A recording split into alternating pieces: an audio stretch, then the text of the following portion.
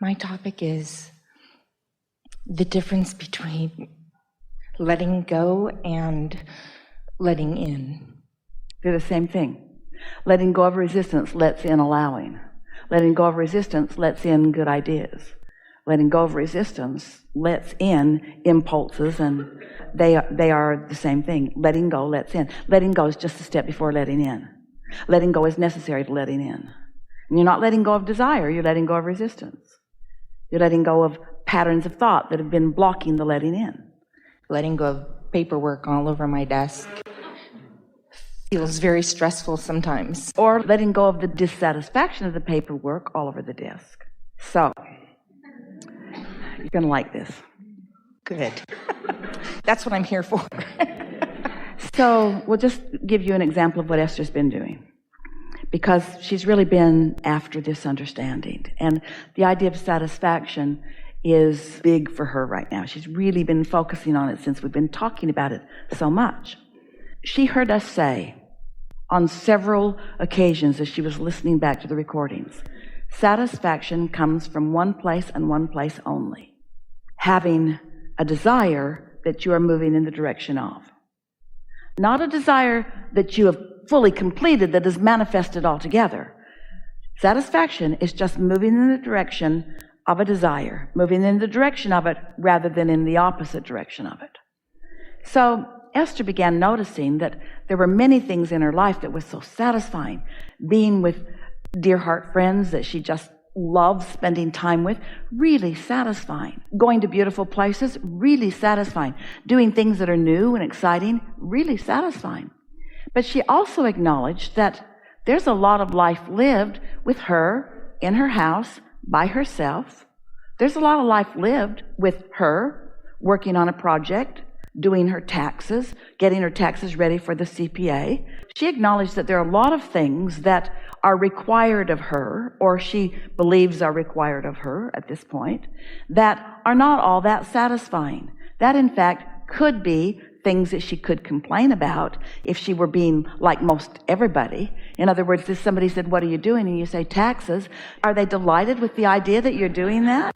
Or do they empathize with your struggle of all of that detail that feels unnecessary? So Esther decided for herself that she was going to see if she could find more satisfaction in more things. So she asked us how that looked, and we said it requires setting more intentions, making more decisions in every day, and then flowing in the direction of those decisions. So she began acknowledging just a handful of things that she planned to do that day. In fact, she used a process that she and Jerry read in a book long ago. It was in a book written by Alan Laken, and it was How to Get Control of Your Time in Life. And she doesn't remember anything else about that book. It was way before she had met Abraham. The only thing she remembers from that book was something that he called the Swiss cheese process. And his philosophy was that you have these things that you think you need to do, like clean out the garage, which is going to take really a long time, or maybe do your taxes, or maybe plan for a wedding, or whatever it is. And there are some projects that are just so big in scope that you never quite get to them because you never have a block of time that's big enough to get to them. So he suggested that you take those big things like that and break them down into smaller intentions. He said Swiss cheese it, like his idea was like you see a piece of Swiss cheese with all of those holes in it, and after a little while the whole thing is already taken care of. So Esther would draw circles on a piece of paper and write these intentions that she had for this day. And then she would look at the list of intentions, and she put things on it that she knew for sure she was going to do easily and gladly. And she put things on it that she knew for sure she was going to do, but maybe not so easily and gladly. And she even put things on the list that she knew she was probably going to have a hard time making herself do. She just put things that she wanted to do or needed to do, things that she planned to do. You get the idea of it. Sort of a mix of things on a big piece of paper with lots of circles. And then she would look at the page and she would say, what's the most satisfying thing on this list? And it was easy to find one. So she'd go do it. And usually it was something that didn't take very much time. It was just a little piece of it. Like she broke doing her taxes down into about 14 different things that needed to be done. And some of them are really fun. So when she turned to that page, she found something that was fun to do. She used an old-fashioned expression for herself. She said, it's like it primed my pump. Got the pump primed. If you never had a pump, then you don't know what that means. But sometimes they lose their prime and no water comes out, so you have to kind of suck on them in some way to get the prime going. And once water starts flowing, then it'll keep flowing. It's like that.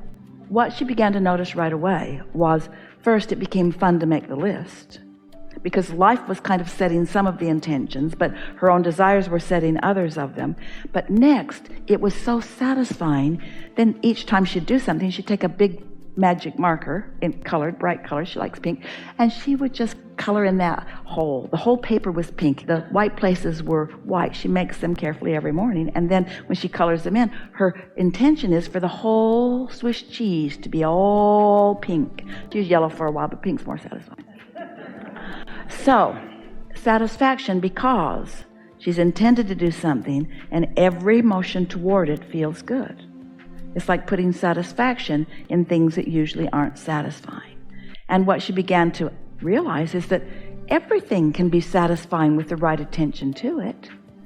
And then everything started being more fun. The piles of paper on the table did not feel like work undone. It felt like game in progress. One of the things you might even put as one of the intentions in one of the circles is just make neat piles of the stuff. Not trying to sort it, just make neater piles. And then another circle might be to turn them crisscross so that you can tell where one project stops and another project starts. Just make some sense of it. Make sense of the mess of the piles on my desk.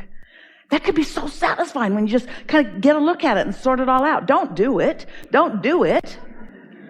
When Esther rides with her family into their neighborhood, they'll say, let's check the mail. And Esther always says, yeah, check it, but don't get it. She's trying to Swiss cheese everything. Just check the mail. Don't get it. She's just teasing with them, and we're just teasing with you. But you get the sense of what we're talking about? So now go back to the piles on your desk and feel the dissatisfaction that you were feeling about them as you were expressing them to us, and then talk about them from this new framework and see if it feels more soothed to you. That part definitely does. I think letting go, I feel like You keep saying letting go. What are you letting go of? Because you're not actually letting go while you're using the words letting go. Right? It isn't about letting go of something, it's about going somewhere else. You might say, I'm going to let go of my paperwork dysfunction. But the whole time you're talking about it, you're not letting go of it. Or you could say, I'm going to Swiss cheese my desk today. Well, while you're Swiss cheesing your desk, you're letting go of your paperwork dysfunction. It's not just that. I feel like I'm pretty good at pivoting to a better feeling thought, and I think about that a lot. What's got you so overwhelmed? That unproductive thoughts keep coming back. Well, and I keep pushing them aside. Nope, I'm going to pivot over here. But you see, when you push them aside, they're not deactivating. When you push them aside, you're saying, you go over there. I see you still there. You're still there. I say, you're right where I put you. You stay right over there. In other words, when you push something aside, it's like just the motion of pushing. There's only attraction. There's no getting rid of anything. You can't push anything away. You can't push it away. But you can focus on something else. Keep talking. You know enough of this, and we're nitpicking over all of your words, but there's something that is going to surface here that you're going to feel, and others too. So just keep processing with us. So when I think a negative aspect... Are you saying to us that you've got thoughts that you keep thinking, which is a belief is just a thought you continue to think, that are not serving you, like everybody does? Is that what you're saying to us? That you have unproductive or unnecessary or hindering thoughts? Or memories. And so your question about them is what? How can I render them dormant? Yes. How can I keep them from being active? So what's the logical answer? How do I keep a thought from being active? How do I allow it to be dormant? What's the obvious answer? Think of something else. Well, you went right to the answer, because most people would have said, don't think about it. And then we would have said, you took our line. We would have said, think of something else. You have taught me so well. Think of something else. But what we're saying to you is, sometimes the things that you think you should be thinking about, you think that they should be big, like the negative thoughts. So here, we haven't talked about this before, but oh boy, is this going to be a wonderful conversation. Think about this. This is so good. We're just going to enjoy it ourselves for a little while. First, focus upon the two ends of the stick, wanted and absence of wanted. Then let's consider, as you are presenting here, that you have an issue or a negative thought that's active, a belief or a problem or something. We are just enjoying this so much. Just give us a moment. The other end of that stick, so let's say it's something that's been going on for a while.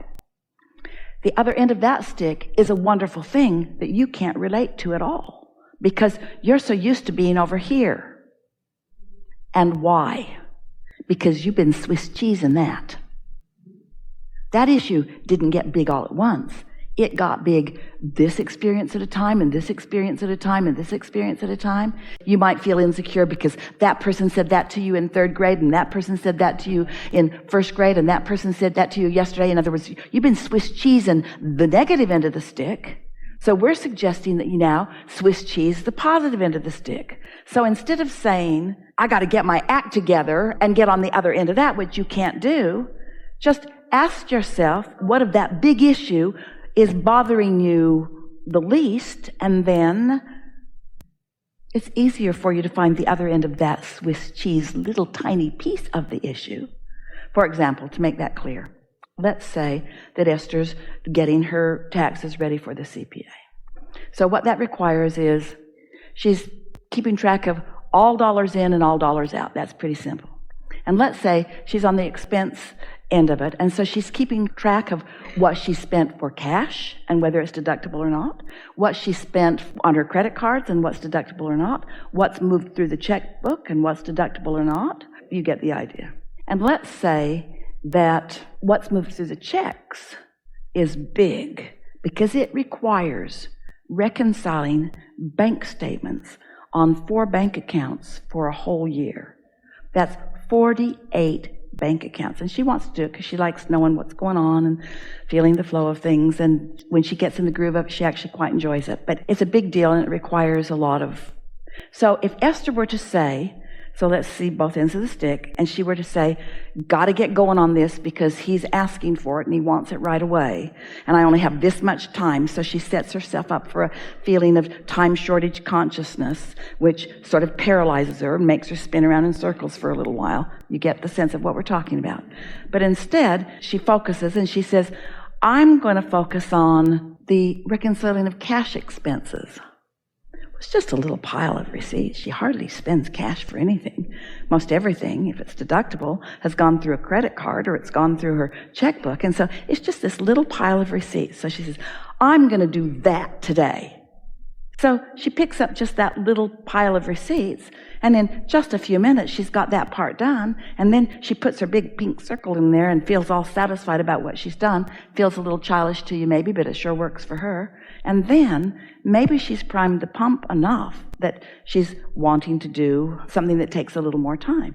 Then she'll make another sheet with 1 bank account and 12 circles on it, and another sheet with another bank account and 12 circles on it. And then she'll look at those sheets and she'll say, I think I'll just do this today. I think I'll just do this and this. Every single time she sat to do it, this went so well that she did that, and that. Sometimes she'll do all 12 of 1 bank account in one sitting because it gets rolling, her mind's clicking, everything's flowing along. You see what we're getting at? By breaking the big bad thing down into something that she can... Jerry used to say, how do you eat an elephant? 1 bite at a time. And Esther used to say, I really don't prefer elephant. But what he was getting at is, you have to find a way, play whatever game you have to play with yourself to get yourself in the place where you feel satisfaction while you do it rather than dissatisfaction. And as soon as you get into that mode, ideas begin to flow every single year that Esther sits to do that. She streamlined it. She's trimmed time off of it. New ideas flow. And that is so satisfying. It's so satisfying to get better and better and better at things, even if they're things that you formerly didn't think that you even wanted to do. Because you live for evolution. You live for expansion. And so all of a sudden, this project that you thought you didn't want to do has components in it that cause you to expand, and the expansion is the predominant thing. And in that predominant thing of experiencing the expansion, you forget about all the nitpicking things that you've been using as your excuse to not want to do it.